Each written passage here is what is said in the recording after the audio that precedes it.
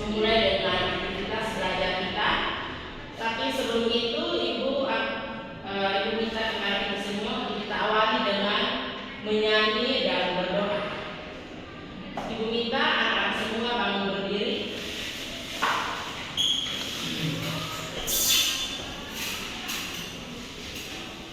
Baik, kita akan sama-sama menyanyi lagu Kasih Sukacita. 1, 2, 3. Kasih sukacita.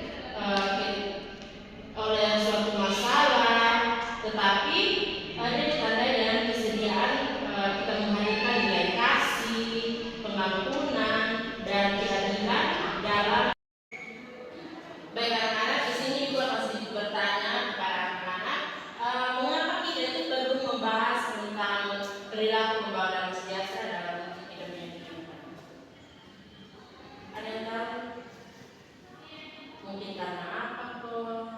Yang anak-anak tahu atau anak-anak pahami tentang damai sejahtera dalam anak kecil? Ada tahu? Tidak. Nah, anak-anak, di sini ibu mengambil dalam konteks kehidupan kita di Timor ya atau di NTT. Nah, kita itu baru membahas perilaku damai sejahtera karena anak-anak dalam realitas kehidupan kita manusia termasuk di NTT atau di Timor itu tidak terlepas dari suatu masalah.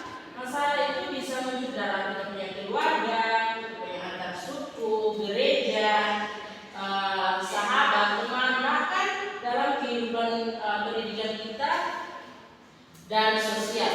Nah, dapat kita sadar kita sudah menjadi pembawa damai, pembawa masalah kecil dalam kita berkembang menjadi suatu perpecahan yang besar. Dalam iman Kristen, damai sejahtera itu dia bukan hanya pilihan tambahan, melainkan panggilan yang bersumber dari Kristus sendiri. Nah, anak-anak, dasar teologis apa yang melandasi kita dalam materi kita hari ini, yaitu di mana yang pertama kita harus berbahagia orang yang membawa damai karena mereka yang disebut anak-anak Allah. Itu dalam Matius pasal 5 ayat 9. Kalau ada yang kita bisa lihat dan baca. Dan yang berikut itu Yesus Kristus adalah sumber dan teladan dalam damai sejahtera. Yang terakhir, orang yang percaya dipanggil untuk meneruskan damai Kristus dalam dunia. Nah, yang berikut itu ada makna pembawa damai sejahtera. Anak-anak, kalian harus cukup tahu tentang makna ini karena dalam pembawa damai sejahtera adalah pribadi yang menjadi jembatan, bukan sebuah yang dia menjadi pemicu suatu masalah. Dan ada juga yang dia itu mengupayakan untuk rekonsiliasi. Ada yang menghadirkan kasih, keadilan, dan pengampunan. Ada juga yang menolak kekerasan dan kebencian. Nah, anak-anak, apa yang dimaksud dengan damai sejahtera menurut iman Kristen? Anak-anak perlu tahu bahwa damai sejahtera dalam iman Kristen itu dia tidak hanya berarti hidup tanpa suatu masalah, tetapi hidup dalam ketuhanan. Nah, dalam konsep Shalom yang kita tahu bahwa itu dia tuh mencakup hubungan yang benar dengan Allah. Nah, anak perlu tahu bahwa Shalom itu artinya damai sejahtera anak-anak. Jadi damai sejahtera itu dia tuh berarti menghadirkan suatu keadilan, kasih, keseimbangan dalam setiap aspek kehidupan kita. Anak-anak perlu tahu bahwa kehidupan kita itu perlu adanya damai sejahtera dalam kehidupan kita. Pasti semua orang, semua pribadi yang ada di dalam dunia ini, kita tuh membutuhkan yang namanya damai sejahtera. Nah, anak-anak yang dikasihi oleh Tuhan Yesus Kristus, dari makna yang sudah dijelaskan kepada anak-anak, ada juga ciri-ciri dari laku pembawa damai. Gimana itu? Dia tuh ada 5 poin. Di sini gua ada 5 poin. Yaitu yang pertama itu rendah hati dan mau mendengar. Bagaimana kalau kita hanya ingin rendah hati tapi kita tidak mau mendengarkan teman kita berbicara dengan kita, orang tua kita, adik kita, kakak kita, itu bagaimana kita menjadi suatu pembawa damai sejahtera yang baik. Dan ada juga mampu mengendalikan emosi. Nah, anak-anak, ibu mau sedikit beritahu bahwa kita ini kebanyakan di NTT kita sering tidak bisa mengendalikan emosi kita. Kita sering emosi yang tidak jelas, kawan berbicara sedikit dalam kita tidak selalu tinggi. Apalagi kalau orang tua kita suruh kita, contohnya kayak suruh kakak sepanjang mungkin bilang sepanjang kalau kamu kasih mama ini pasti sepanjang kan his mama itu kalau suruh ya mama ini sampai itu yang ibu lihat di NTT itu atau di Pulau Timor kita itu kebanyakan mereka anak-anak waktu jangan kan anak-anak pokoknya juga ke semua itu hampir semua itu mereka itu kebanyakan emosi atau nada tinggi gitu. Terus yang berikut itu ada poin yang ketiga itu menghargai perbedaan. Nah anak-anak, jangan kalian hanya menghargai yang sama agama dengan anak-anak, sama suku, dan masih ada yang lain, tapi hargailah semua perbedaan yang ada di sekeliling anak-anak. Dan yang poin yang keempat itu bersikap adil dan jujur. Terkadang kita ini anak-anak, ibu sendiri juga, kita terkadang kita masih banyak sekali menipu teman kita, saudara kita semua. Kita susah sekali untuk berkata jujur dan bersikap adil kepada sesama kita manusia. Poin yang terakhir itu dia tuh mengedepankan dialog daripada pertikaian. Yang berikut itu bentuk perilaku pembawa damai sejahtera. Nah, kalian perlu cukup tahu bahwa bentuk perilaku pembawa damai sejahtera itu dia juga memiliki 5 poin. Di mana yang pertama itu dia tuh menyelesaikan konflik secara bijaksana. Jangan anak-anak kalian sudah ada dalam bangku pendidikan SMA, di mana itu tuh sekolah menengah atas. Jadi setidaknya anak-anak sudah mempunyai pola pikir yang baik, yang sedikit dewasa, sehingga anak-anak itu jangan hanya menyelesaikan sebuah masalah itu dengan berkelahi, dengan mencaci maki, dengan berkata yang tidak baik atau tidak pantas, tidak layak untuk diomong. Dan yang berikut itu mengampuni dan memberi kesempatan kedua. Nah anak-anak, poin yang kedua ini juga dia tuh mengajarkan kita supaya kita tuh harus di saat teman kita berbuat salah, tapi harus ada dalam di mana kita bisa mengampuni teman-teman kita. Kita harus berikan kesempatan kedua. Seperti ibu, pasti di sini sudah ada pacaran kan? Anak SMA itu semua selain kita pasti sudah ada yang pacaran. Anak-anak, jangan anak-anak hanya berikan kesempatan kedua kepada anak-anak punya pacar, tapi harus berikan kesempatan kedua itu kepada teman, orang tua, pokoknya apapun masalah yang terjadi dalam anak-anak punya kehidupan, anak-anak harus berani untuk memberikan kesempatan kedua kepada dia untuk dia bisa berubah menjadi yang lebih baik. Dan yang berikut itu menolong tanpa membeda-bedakan. Ini tadi sudah dijelaskan bahwa jangan teman-teman hanya pilih yang sesama agama, sesama suku saja yang teman-teman bantu atau tolong, tapi segala suku yang ada di bumi di Indonesia, segala agama yang ada itu, di saat mereka meminta tolong atau minta bantuan, anak-anak harus saling membantu, harus saling menolong. Yang berikut itu menolak gosip dan ujaran kebencian. Nah anak-anak kalau dengar gosip, kita pasti sudah tahu bahwa kita nih kemudian LGBT, artinya kalau kita lihat mama dulu berarti itu pasti semua kita lihat itu dia mama dulu gosip. Nah anak-anak itu tuh kita kita selalu boleh terlibat seperti itu, berbicara orang yang tidak baik atau apapun itu kita harus menghindar. Memang mungkin menurut ibu saya itu pasti berat untuk kita keluar dari yang namanya kata gosip. Tapi ibu mau ajarkan kepada teman-teman bahwa ajarkan diri anak-anak, ajarkan diri anak-anak atau teman-teman untuk bisa berubah, bisa keluar dari hal yang baik seperti itu. Yang terakhir itu menjadi teladan dalam tutur kata dan tindakan. Nah, anak-anak, mengapa Yesus itu disebut sebagai sumber damai sejahtera? Ada tahu mengapa Yesus disebut sebagai sumber damai sejahtera? Nah, anak-anak, Yesus itu disebut sebagai sumber damai sejahtera karena melalui hidup, ajaran dan pengorbanannya, dia itu memulihkan relasi manusia dengan Allah. Yesus mengajarkan kasih, pengampunan, dan rekonsiliasi bahkan kepada mereka yang memusuhinya atau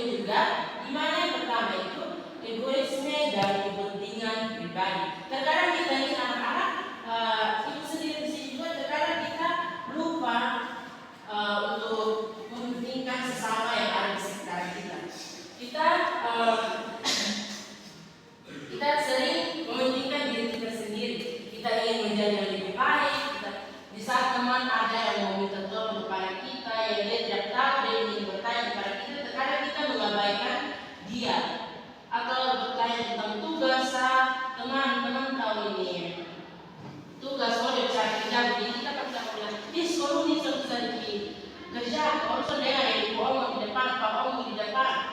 Nah pasti kita akan lebih mementingkan diri kita, lebih mementingkan ego kita daripada membantu atau menolong teman kita sendiri. Yang berikut itu ada perbedaan pandangan dan latar belakang. Dan yang berikut lingkungan dan yang terbiasa dengan kekerasan. Kita ini di Pulau Timur kebanyakan kita ada dalam lingkungan kekerasan, di mana semua itu berbicara dengan anak tinggi. Mungkin hanya satu orang saja yang dia dulu ada berbicara dengan anak lembut. Tapi kebanyakan yang kuliah di Pulau Timur itu kebanyakan mereka berbicara dengan nada yang tinggi atau nada kasar gitu. Nah, oleh karena itu, poin yang terakhir itu kurangnya kesadaran akan nilai damai. Kita di Pulau Timur sini kebanyakan kita tuh lupa dengan apa yang kita yang Tuhan sudah ajar kepada kita, atau yang kita belajar di sekolah, Tuhan sudah pasti ajar kita tentang damai sejahtera, atau dimanapun kita berada pasti kita sudah tahu arti dari damai. Tapi kita lupa anak-anak, lupa apa? Karena kita lupa menerapkan damai itu dalam kehidupan kita setiap hari. Dan yang itu cara kita mengembangkan perilaku damai. Di mana itu ada 4 poin juga, itu ada 4 poin. Yaitu yang pertama itu membangun spiritualitas yang dewasa, melatih empati dan pengendalian diri. Yang berikut membiasakan dialog dan refleksi diri, menjadikan Kristus sebagai teladan hidup. Nah, siapakah yang disebut sebagai pembawa damai? Ada tahu? Yesus. Iya, benar sekali. Yang membawa, yang disebut sebagai pembawa damai itu yaitu Yesus Kristus. Nah, terkadang pembawa damai adalah orang yang secara sadar dia tuh memilih tidak memperkeruh konflik. Artinya orang yang tidak mau membuat masalah, mencari masalah dengan sesamanya. Karena dia tahu arti dari damai sejahtera itu seperti apa, sehingga dalam kehidupannya dia mau menerapkan damai sejahtera itu betul-betul dalam kehidupannya, sehingga dia tidak mau membuat masalah dengan tetangga, dengan sesamanya, dengan kerabat terdekat dia tidak mau melakukan suatu masalah tersebut.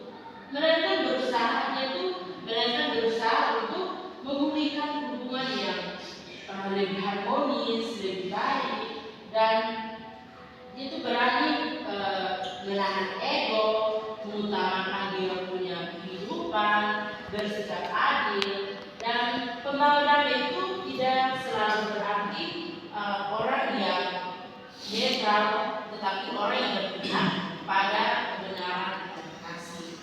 Nah, anak-anak, bagaimana bagaimana contoh mungkin perilaku pembawa damai dalam konteks seperti. Nah, dalam konteks seperti itu perlu kita lihat bahwa pembawa damai dapat terlihat dalam sikap dalam kita mengatasi suatu masalah. Terkadang kita kebanyakan di NTT itu mempermasalahkan tentang tanah, warisan keluarga, kita sering tidak menghargai perbedaan kita yaitu adat dan suku, serta kita mengedepankan di mana kita tuh harus mengedepankan musyawarah, adat dan yang disertai doa.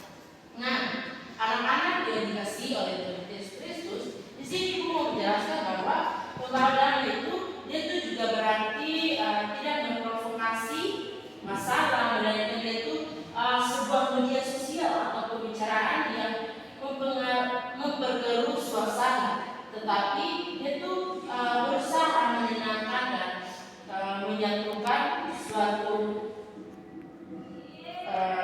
damai. Nah, di sini Ibu ada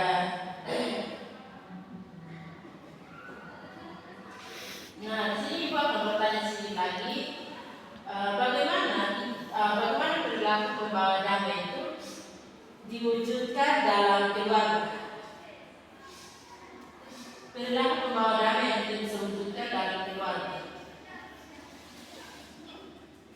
Ada yang tahu? Nah, di dalam keluarga pembawa damai itu dia diwujudkan melalui sikap, saling menghargai, kesediaan kita mengampuni, dan komunikasi yang sehat. Nah, keluarga adalah ruang pertama di mana seorang itu dia belajar damai, dan jika kekerasan yang verbal itu dan emosional terjadi di dalam keluarga, maka sulit untuk kita menghargai damai di dalam masyarakat luas atau dalam keluarga, dalam kehidupan keluarga kita. Nah, mungkin itu sedikit materi yang dijelaskan kepada anak-anak tentang perilaku pembawa damai sejahtera pada saat hari ini.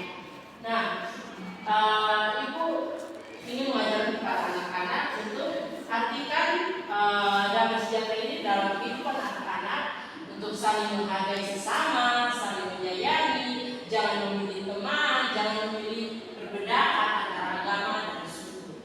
Karena damai sejahtera itu mengajarkan kepada kita untuk saling bekerja sama, saling menopang antara satu dan yang lain. Nah, mungkin itu pembahasan materi yang hari ini dibawakan, dan ada penutup di mana mengajarkan kita bahwa damai sejahtera adalah panggilan dan tanggung jawab bersama. Ada perilaku pembawa damai harus diwujudkan secara nyata dalam kehidupan kita sehari-hari dengan menjadi pembawa damai, dengan kasih Allah di tengah dunia ini. Baik, itu sedikit pembahasan pada hari ini yang dibawakan, dan kita akan mengakhiri pertemuan kita pada hari ini dengan doa, dan oleh kali ini yang akan membawa kita dalam doa. Untuk itu, mari kita semua satu dalam doa kita berdoa. Ya Tuhan, kembali kami di hadapan hadirat-Mu dengan segala ucapan syukur yang kami naikkan di hadapan hadirat-Mu ya Tuhan. Terima kasih atas penyertaan-Mu yang luar biasa dalam kehidupan kami, sehingga Engkau telah menjaga kami dari awal belajar mengajar kami, pertengahan hingga berakhir dengan baik. Ajarlah kami agar selalu menanamkan dan sejahtera ini dalam kehidupan kami hari ini. Kami sebagai orang tua, kami sebagai anak-anak, kami sebagai bersaudara semua, kami menanamkan dengan Bapak. Ya Bapak, dengan setiap salah dan dosa kami, karena hanya dalam nama Yesus kami berdoa.